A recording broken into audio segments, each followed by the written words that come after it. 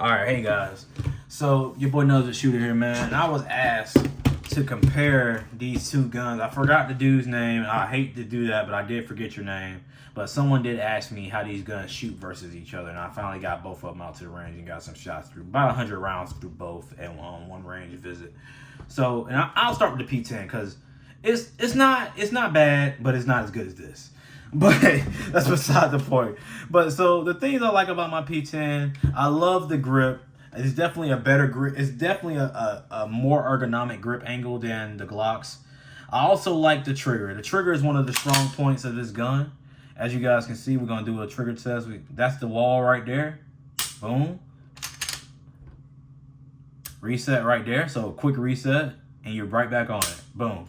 But I love the trigger. The trigger's great. It's definitely a good trigger. Mag release is in a good spot. Easy to press. You can kind of stop yourself. We'll get to that. You can kind of stop yourself from pressing it on the other side, but I feel like it's very hard to do that depending on like how you're holding the gun. I feel like if you have a bigger hand maybe, or a meatier hand than my hand that's a little bit meatier, but you can stop yourself from pressing it if you depress on this side, so you'll basically be fighting yourself. Also, I got this milled as well by Nameless Armament, and the milling's good, but I don't have co-witness sights on there.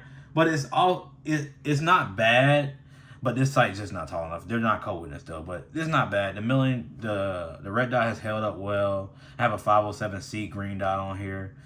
The stippling, I will say I do like the thumb stippling though, even though I don't like the aggressive palm stippling as much. It reminds me of FM, but this part right here, if this was down here and it wasn't as aggressive as it is right here and it was more like this, I would love the stippling on this. And I feel like it should have been like, instead of like the how it's sectioned off almost, I feel like it should just be like all the way around the gun versus like sectioned off parts of it. Cause I don't know, it kind of looks tacky to me almost. It's not like, I like things that flow together, like how the Walther, it goes all the way around the gun and it's like, and it just keeps going. It's not 1, 2, 3, 4, 5, you know, textures. I just like the way that looks.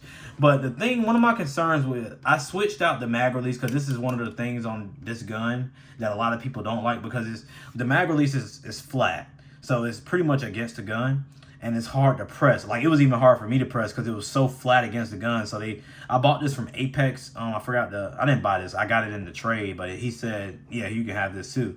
And he gave me this mag release. I put it in, pretty easy to put in, you know, punch a pin out and put it in. But my problem with this gun right now is that since I have a very high grip, a lot of times I will hit this mag release up and lock the slide back, which kind of sucks because I like this mag release because you can, as you guys can see, you can press it pretty easily. But I think it's just a little too big, so I think I'm going to look into getting a different mag release. So, and plus, I don't know if it's what I did. Maybe I should just reinstall it to play in it. I don't know if that's me, but it works fine. It's functional, so it's not really a problem, but it just has a little bit. Maybe that's it too. Maybe I didn't install it right, but I feel like I did. You can't really mess this up. But that's beside the point. But besides that, man, this gun is not bad. Definitely, if you're not a Glock guy and you're looking for you can find this gun here for $300. And if you're lucky, you can find it probably used on like the Outdoor Trader or something. You can probably get this for like $250. And to mill it, like when you mill it, that's like, depending on where you go, maybe another $200, $150, $200. Milling usually, you can find milling for good prices.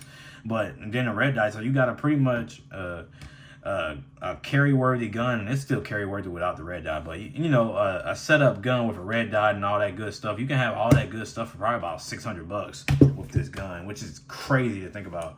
$650 to $700. But on to the Walther. I feel like I'm rambling a lot on this video, but I just feel like that's my thoughts about the gun, so I just say whatever I want. It doesn't matter.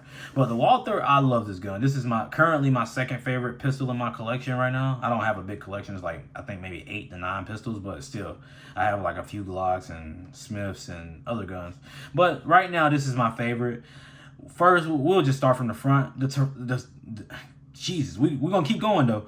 The serrations, the super terrain serrations are great. At first, I didn't think I would like them because I got my Glock 45 here. Whew, so beautiful. Got my Glock 45 here.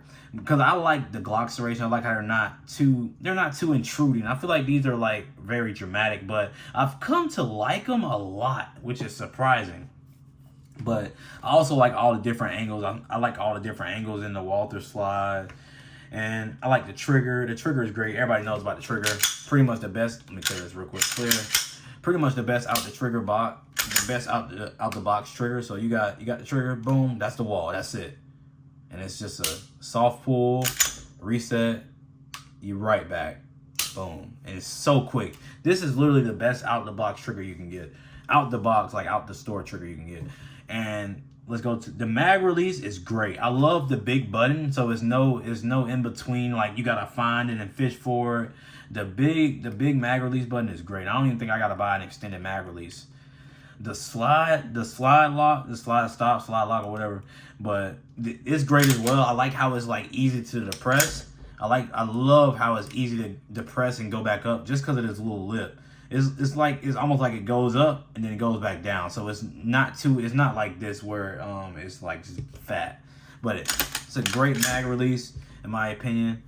Also, the Walther comes optics ready. I think every single one of them come optics ready, and you got to contact them to get your plate. But I'm pretty sure I have the Gen 2 version of this gun. But the gun is definitely a better, in my opinion, it's a better shooter than the P10. But one, because the trigger is way better, and also because, in my opinion, the stippling is 100 times better. Like, even for sweaty hands, this stippling is great.